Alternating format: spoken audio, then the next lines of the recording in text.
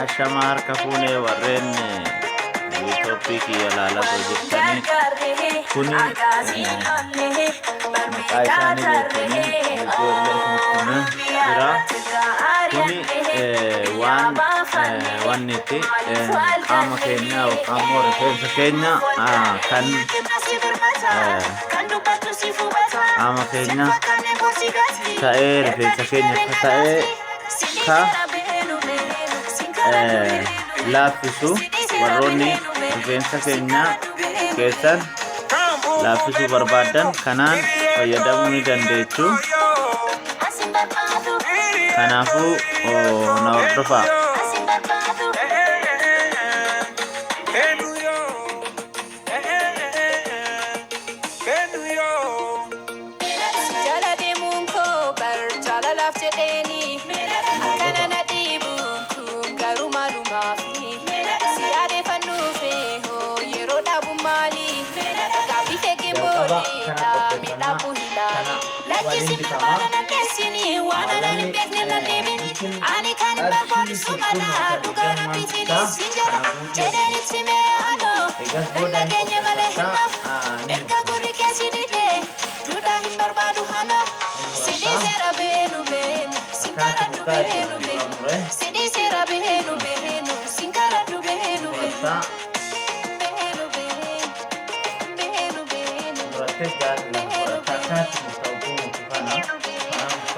Jali suhun, argani di suhun, jalalan of suhun, falan mahunda adam suhun, arabang koyom suhun, pakai saja suhun, sif karuma jalalan kakuma, murasa ko fajar rumah, erga sintane beruka, dalam boka dambe kuka, sini sera behenu behenu, singkara du behenu behenu, sini sera behenu behenu.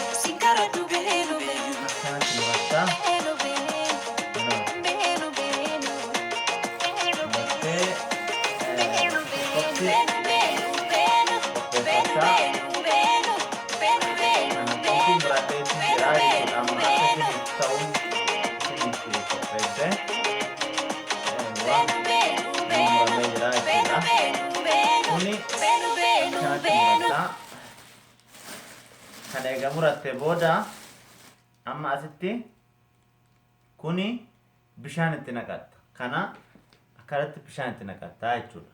Bishaan itti naqattee yeroo biraatiif ni margaa jechuudha kun. Kana hin balleessitu ni margaa kuni akkanumatti jechuudha. Kana egaa qopheeffatte booda